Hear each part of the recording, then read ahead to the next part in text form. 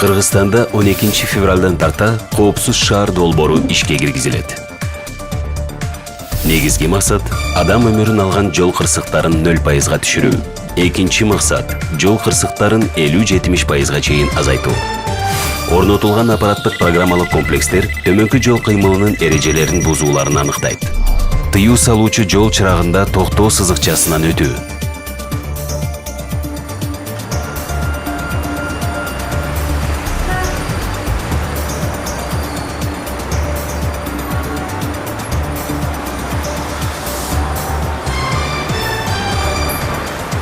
Кыргыз Республикасынын Бузуулар кодексине ылайык айып көрсөтүлөт.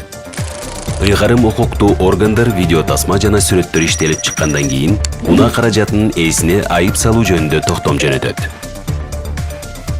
Жол эрежесин сактоо — өмүрдүн мыйзамы.